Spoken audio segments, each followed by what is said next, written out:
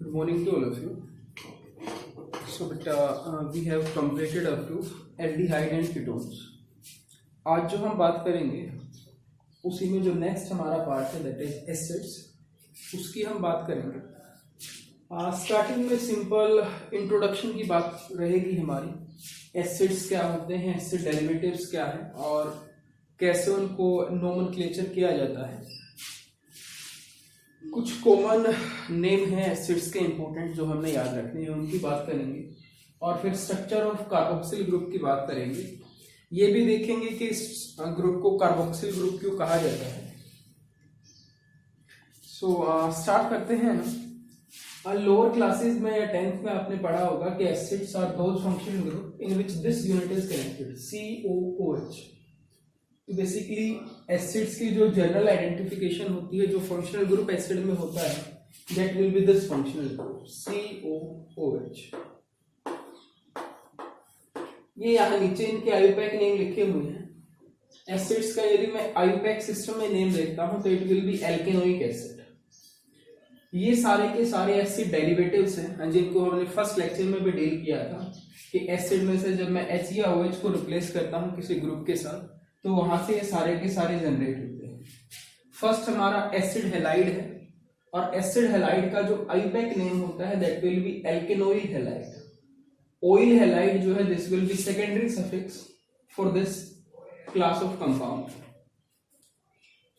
RCONH2 this is known as alkanamide. RCOR ester होता है ये, this is known as alkyl alkanoate. IUPAC names हैं जिनको मैं अंडरलाइन कर रहा हूं। This is general formula of acid anhydride having name alkanoic anhydride. इन्हीं को थोड़ी सी जो प्रॉब्लम यहाँ पे होती है वो एस्टर और अनहाइड्राइड में होती है नोमेनक्लेचर से रिलेटेड। बाकी आपको कहीं इस तरीके की प्रॉब्लम ऑब्जर्व नहीं होगी। एस्टर के केस में यदि हम बात करें तो एस्टर में एल्काइल एल्केनोइड लिखा जाता है, बट ये चीज इंपॉर्टेंट है कि किस आर ग्रुप को आप एल्काइल लिखोगे, किसको एल्केनोइड लिखा जाएगा। तो ये चीज आपने याद रखनी है। एस्टर में जो ग्रुप ऑक्सीजन के साथ कनेक्ट होता है that group is always written as alkyl group and the remaining part is numbering from here.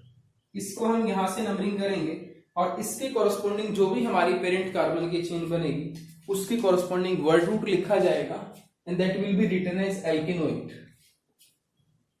Anhydride की यदि मैं बात करूं, मान लीजिए ये R और R डैश है, तो यहाँ पे दो पॉसिबिलिटी हो सकती है, either these two are equal or not equal. If these two are equal name will be alkanoic anhydride. यदि ये दोनों एक जैसे होंगे तो यहाँ जो नेम आएगा that will be alkanoic anhydride. But if these two are different the name of the compound will be alkanoic anhydride and these two alkanoic are always written in order of alphabetically preference। alphabetically जो पहले लिखा जाएगा वो पहले आएगा, जो बाद में लिखा जाएगा वो बाद में आएगा। कुछ एग्जांपल्स के थ्रू इसको हम डील करेंगे। ये एसिड्स में कुछ कॉमन नेम लिखे हुए हैं बेटा जो हमने याद रखने हैं। इनमें से कुछ हम पहले भी कर चुके हैं, कुछ एक हैं जो आज करेंगे। HCOOH formic acid, CH3COOH acetic acid, C3H7COOH butyric acid. IUPAC name इनके आप देखोगे it will B methanoic acid, it will B ethanoic acid and this will be a butanoic acid. Similarly oxalic acid, ये di carboxylic acid है जिनमें दो COH group आपको मिलेंगे। यहां बीच में कोई इंसर्टिंग कार्बन नहीं है। नेक्स्ट में यहां CH2 यूनिट आई है जिसको हम ऐसे भी लिख सकते हैं या इस तरीके से लिखा जा सकता है CH2 1। So this will be known as malonic acid. CH2 2 हो जाएगा सक्सेनिक एसिड, CH2 3 हो जाएगा it will B glutaric acid, 4 हो जाएगा एडिपिक एसिड, 5 हो जाएगा पाल्मिटिक एसिड एंड 8 हो जाएगा सिबेसिक एसिड। ये दोनों के दोनों जो हैं हम पॉलीमर्स में काफी डील करेंगे इनको। मोनोमर यूनिट में यूज होते हैं कई पॉलीमर्स की, एडिपिक एसिड भी है, सिबेसिक एसिड भी। अब इनको जनरली आप याद कैसे रखोगे डाई कार्बोक्सिलिक एसिड को, उनके लिए यहाँ पे एक ट्रिक लिखी हुई है। ये जो CH2 यूनिट है हमारी, इस CH2 यूनिट के रिस्पेक्ट में यदि आप ऑक्सैलिक एसिड को देखोगे तो यहाँ CH2 यूनिट है ही नहीं, तो बेसिकली वो हमारे पास 0 है, तो उसके लिए हमने लिखा है O 1। जब यहाँ पे एक CH2 आया है, this will be my, 2 stand for such, 3 stand for good, 4 and 5 stand for apples. And apples में ये जो A है this will represent adipic acid and P stand for palmitic acid. तो आप इसको इस तरीके से भी याद रख सकते हैं, ध्यान रखिएगा इस चीज का। नेक्स्ट यदि हम बात करें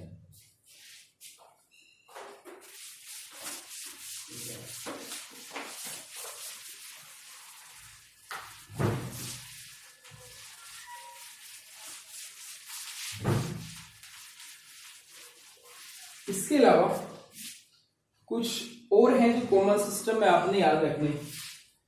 एरोमेटिक एसिड्स में ये जनरल स्ट्रक्चर्स हैं जिनके बारे में आपको आइडिया होना चाहिए।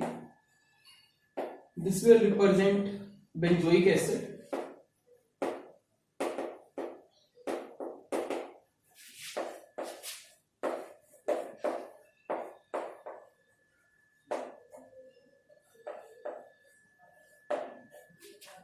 this is dicarboxylic acid which is known as phthalic acid. Similar basis पे यदि ये डाइकार्बोक्सिलिक एसिड पैरा डेरिवेटिव है एक दूसरे का, 1/4 पोजीशन पे यदि ये लगे हुए हैं, it will B टरथैलिक acid.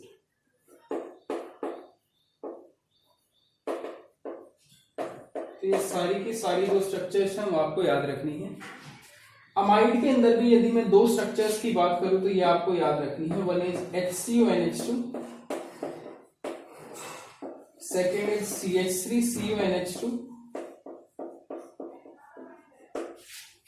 And last is our benzene ring है जिससे CONH2 कनेक्ट। तो HCONH2, HCH2 था हमारे पास फॉर्मल्डिहाइड, HCOH था हमारे पास फॉर्मिक एसिड, HCONH2 जो होगा this will be formamide. Formamide common name है। आईयूपैक सिस्टम में देखोगे तो एक ही कार्बन है, it will be change to methanamide. Second ये इथेनामाइड आईयूपैक होगा और कॉमन सिस्टम में इसका नेम होगा एसिटामाइड। और लास्ट केस की यदि हम बात करते हैं it will B benzamide, benzamide. तो ध्यान रखिएगा इन चीजों का। नेक्स्ट यदि हम एग्जांपल के थ्रू एस्टर और अनहाइड्राइड की नेमिंग की यदि बात करते हैं, जिसका हमने जिक्र किया था, देखिएगा उसको ध्यान से एक बार।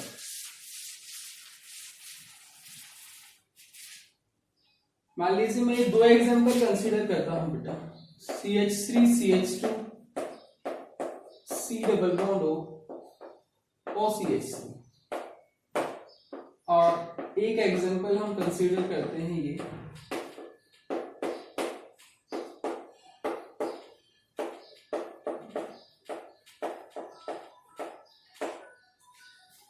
अब यहाँ पे एक चीज आपने याद रखनी है कि एल्काइल ग्रुप किसको लिखा जाएगा, जो ऑक्सीजन के साथ कनेक्ट होगा, irrespective of the length of the chain. चाहे कार्बन कंटेंट एल्काइल ग्रुप में ज्यादा हो जो ऑक्सीजन से कनेक्ट है, चाहे दूसरी साइड ज्यादा हो, ये जो R डैश है या ये जो ग्रुप है जो ऑक्सीजन से कनेक्ट है, ये हमेशा ही एल्काइल लिखा जाएगा।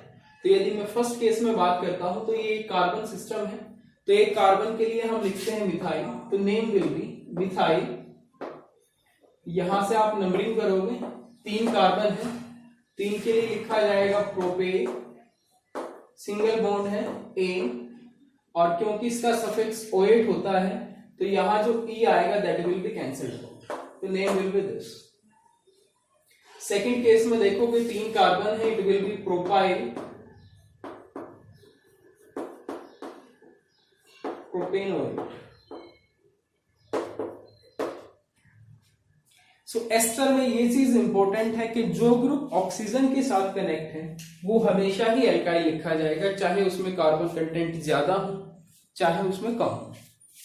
अनहाइड्राइड की यदि हम बात करें, अनहाइड्राइड का भी एक एग्जांपल मैं आपको बताता हूं जो हमने डिस्कस किया था। कब आप एल्केनोइक लिखोगे, कब आप एल्केनोइक लिखोगे। अब मान लीजिए एक एग्जांपल हमने लिया ये,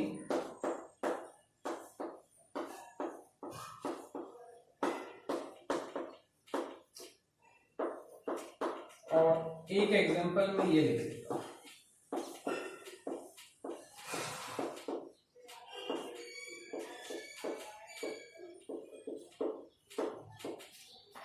अब फर्स्ट केस में यदि आप ध्यान से देखोगे तो जो हमारे पास चेन बनेगी वो 2 कार्बन की बनेगी। तो 2 कार्बन के लिए जनरली हम लिखते हैं इथेनोइक। तो बेसिकली यहाँ जो नाम आएंगे क्योंकि दोनों सिमिलर हैं तो name will B ethanoic anhydride. लेकिन यदि आप इस केस में बात करोगे तो ऊपर वाली चेन में मेरे पास 2 कार्बन है तो यहां तो ईथ लिखा जाएगा, और नीचे मेरे पास 3 कार्बन है तो ये प्रोप लिखा जाएगा। तो अल्फाबेटिकली ई पहले आएगा पी से, तो name will B ethanoic propanoic anhydride.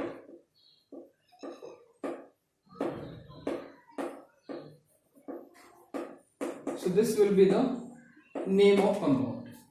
तो यही चीज है जो आपको याद रखनी है। थोड़ा सा डाउट जो है वो इन्हीं नोमेनक्लेचर्स में क्रिएट होता है जहां पे अनहाइड्राइड दिया हो या जहां पे एस्टर दिया हो।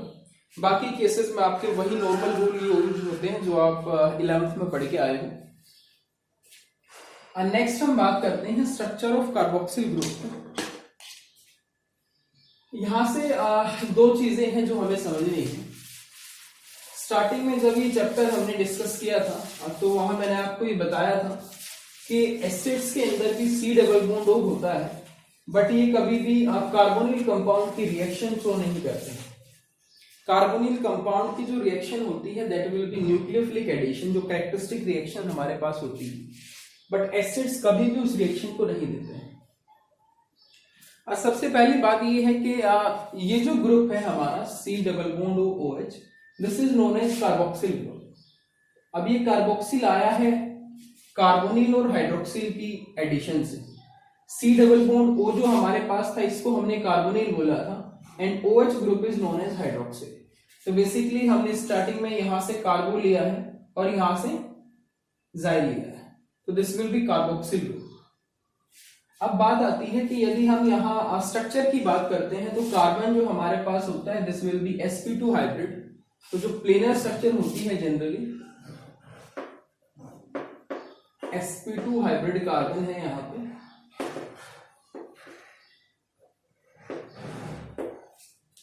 रेजोनेटिंग स्ट्रक्चर बन सकती है यहाँ पे। ऑक्सीजन के जो लॉन पेयर है that will B involved in resonance, कुछ इस तरीके से इन्वॉल्व होंगे वो। तो यहां से ये स्ट्रक्चर है। अब यहां से इस चीज को हमने समझना है कि why these compounds do not give characteristic reactions of aldehyde या कार्बोनिल कंपाउंड्स। अब कार्बोनिल कंपाउंड्स के अंदर यदि मैं बात करूं उस चीज की तो ध्यान से देखिएगा एक बार। कार्बोनिल कंपाउंड्स में हमारे पास जो स्ट्रक्चर बनती थी that will be this structure. ये जो कार्बन होता था this will B electron deficient, या इसी को हम बोल सकते हैं कि this carbon will be electrophilic in nature. Positively charge जिस पे आता था ये इलेक्ट्रोफिलिक नेचर का कार्बन होता था। अब यहाँ पे यदि आप ध्यान से देखोगे तो इस कार्बन की जो इलेक्ट्रॉन डेफिशिएंसी है that will be fully filled या fulfilled by lone pair present on oxygen. Oxygen पे जो लोन पेयर प्रेजेंट है वो बाय रेजोनेंस इस कार्बन की डेफिशिएंसी को कुछ हद तक सेटिस्फाइड कर देता है, और इसी वजह से ये जो कार्बन होता है this will be less electrophilic as compare to carbonyl carbon. Carbonyl carbon के कंपैरिजन में यदि आप इसकी इलेक्ट्रोफिलिक कैरेक्टर देखोगे इस कार्बन का तो ये कम होता है, और इसी वजह से एसिड्स जो है they do not give nucleophilic addition reaction. ध्यान रखिएगा इस चीज को। ये जो कार्बन है Thus carbon is less electrophilic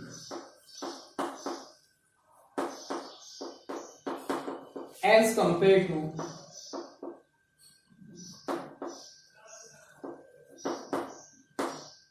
carbonyl carbon.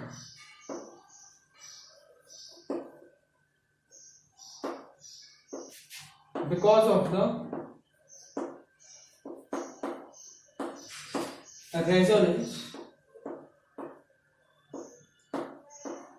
due to lone pair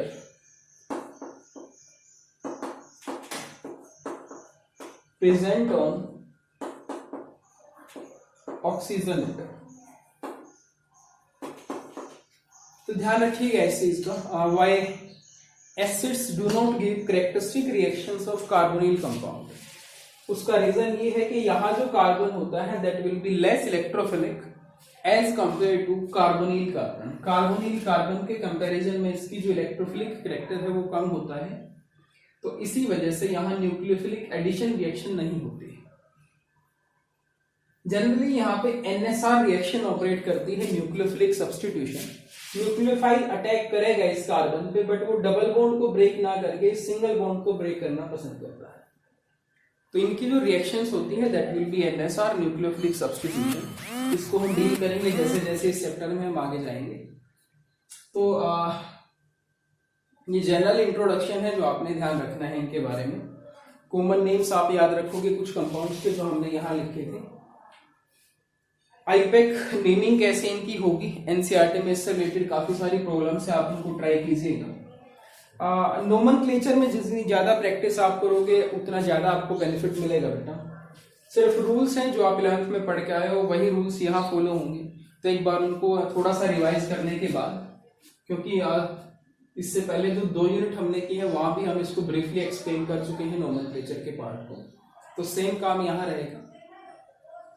और ये चीज आपने ध्यान रखनी है, स्ट्रक्चर ऑफ कार्बोक्सिल ग्रुप कैसे होती है and why this group is known as carboxyl group.